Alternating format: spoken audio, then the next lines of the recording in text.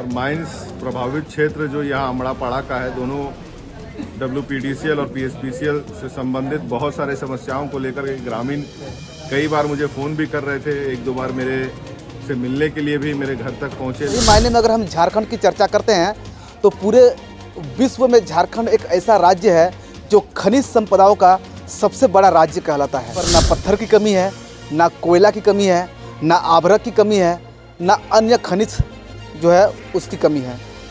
लेकिन सवाल ये उठता है कि झारखंड इतने बड़ा खनिज संपदाओं का राज्य होने के बावजूद भी क्या यहाँ के लोग जो मूलभूत सुविधा है क्या उनसे लेस है? क्या यहाँ के लोगों को मूलभूत सुविधाओं से मिलने वाली जो लाभ है या सरकार के द्वारा जो सरकारी योजना चलाया जा रहा है क्या उनका लाभ उनको मिल पा रहा है?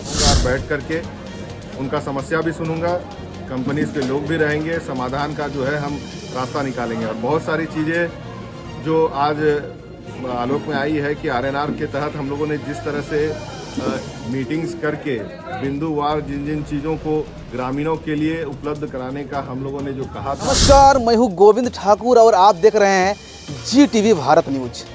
आज हम खबर बताएंगे आपको झारखंड की कि झारखंड अगर सही मायने में अगर हम झारखंड की चर्चा करते हैं तो पूरे विश्व में झारखंड एक ऐसा राज्य है जो खनिज संपदाओं का सबसे बड़ा राज्य कहलाता है।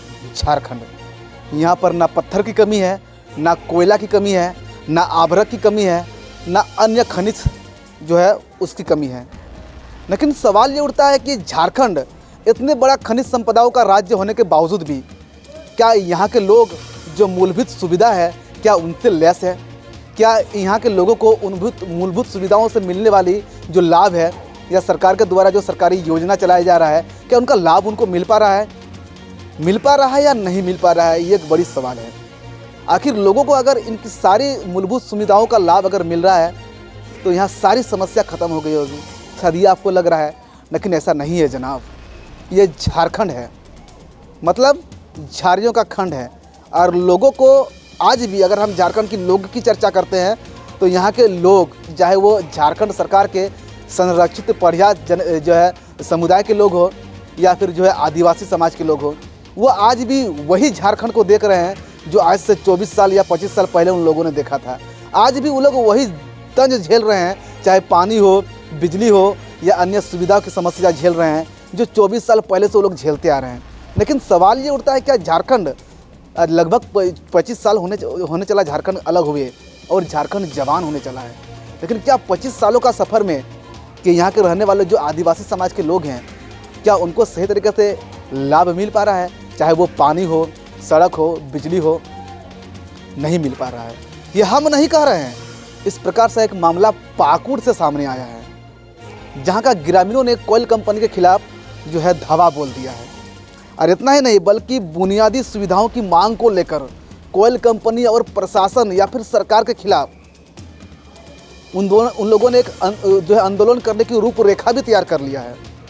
दरअसल ये जो मामला है पूरा ये पाकुड़ जिले के अमड़ापाड़ा जो है प्रखंड थाना क्षेत्र का बताया जा रहा है। अमड़ापाड़ा थाना क्षेत्र की अगर हम चर्चा करते हैं जहाँ कोयल कंपनी के द्वारा विस्थापित को बुनियादी सुविधाओं का लाभ नहीं दिया गया है, जिसके वजह से वहाँ के ग्रामीण जो है वो आंदोलन करने के लिए उग्र हो गए हैं। और इतना ही नहीं बल्कि वहाँ के ग्रामीणों ने सुविधाओं की मांग को लेकर स्थानीय सांसद विजय हांसदा को एक लिखित आवेदन भी दिया है, मांग पत्र, और इन सुविधाओं को दुरुस्त करने की मांग भी किया है। चलिए आपको सुनाते हैं कि इस मामले में वहाँ के ग्रामीण क्या कहते हैं। इसके अलावा हम आपको ये भी सुनाएंगे कि आखिर इस पूरे मामले को लेकर जब GTV भारत न्यूज़ की टीम स्थानीय सांसद विजय हांसदा के पास पहुँचा तो उनका क्या कहना है। बहुत समय से, क्योंकि बीच में 2 इलेक्शंस भी थे और माइंस प्रभावित क्षेत्र जो यहाँ अमड़ापाड़ा का है, दोनों WPDCL और PSPCL से संबंधित बहुत सारे समस्याओं को लेकर के ग्रामीण कई बार मुझे फ़ोन भी कर रहे थे। एक दो बार मेरे से मिलने के लिए भी मेरे घर तक पहुँचे, लेकिन इस बीच जो है इलेक्शंस होने की वजह से थोड़ा समय का अभाव था। तो इलेक्शन समाप्त होने के बाद मैंने कहा था कि मैं आऊँगा और बैठ करके उनका समस्या भी सुनूंगा, कंपनीज के लोग भी रहेंगे, समाधान का जो है हम रास्ता निकालेंगे। और बहुत सारी चीज़ें जो आज आलोक में आई है कि RNR के तहत हम लोगों ने जिस तरह से मीटिंग्स करके बिंदुवार जिन जिन चीज़ों को ग्रामीणों के लिए उपलब्ध कराने का हम लोगों ने जो कहा था उस पर अभी तक बहुत सारी चीज़ों में कार्य हो नहीं पाया है और मैं ये सुनिश्चित करूंगा कि कंपनी, जिला प्रशासन, सभी लोग मिल करके उन सभी कार्यों को पूर्ण कराए ताकि लोगों का जो हक है वो उन्हें मिले।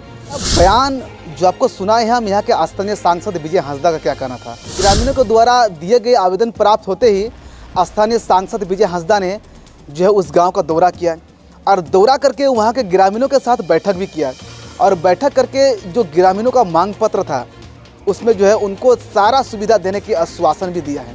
लेकिन सवाल ये उठता है कि आखिर यहाँ के शासन और प्रशासन के द्वारा इस प्रकार ग्रामीणों को कब तक आश्वासन मिलते रहेगा। झारखंड में न जाने कई सरकार बदल गए हैं, इस राज्य के सत्ता में आकर के कई मुख्यमंत्रियों की तकदीर और तस्वीर बदल गए हैं, लेकिन यहाँ के ग्रामीणों की तकदीर और तस्वीर नहीं बदला है। क्या उन लोगों को आज से 24 साल पहले से ही आश्वासन मिलते आ रहा है कि जनाब आपका समस्या का हम समाधान कर देंगे, स्थानीय अधिकारी को निर्देश दे दिए हैं, उस सारा सुविधा का लाभ आप लोगों को मिलेगा, आखिर कब तक? लेकिन यहाँ के ग्रामीणों को काफ़ी उम्मीद भी है कि इस मामले में अविलंब कार्रवाई हो और जो वहाँ की बुनियादी सुविधाओं से जो ग्रामीण जो वंचित हैं उनको सारी सुविधाओं का लाभ दिया जाए। हालांकि इस क्षेत्र के सांसद विजय हंसदा ने इस मामले में ग्रामीणों को आश्वासन दिया है और साथ ही साथ कोयल कंपनी के अधिकारियों को एक कड़ा निर्देश भी दिया है कि जल्द से जल्द ग्रामीणों को जो मूलभूत सुविधाओं का जो वंचित है उनको इन सारी योजनाओं का लाभ दिया जाए। लेकिन अब सवाल ये उठता है, क्या ये निर्देश भी जो स्थानीय सांसद ने जो कोयल कंपनी के अधिकारियों को दे रखा है, क्या वो हवाई होती है या फिर वहाँ के कोयल कंपनी के अधिकारी जो है वो इस मामले में खड़े उतरते हैं और वहाँ के ग्रामीण जिन चीज़ों से वंचित है उनको लाभ दिलाने में कामयाब होते हैं? ये देखने वाली बात होती है। Govind Thakur, ZTV Bharat news, Pakur.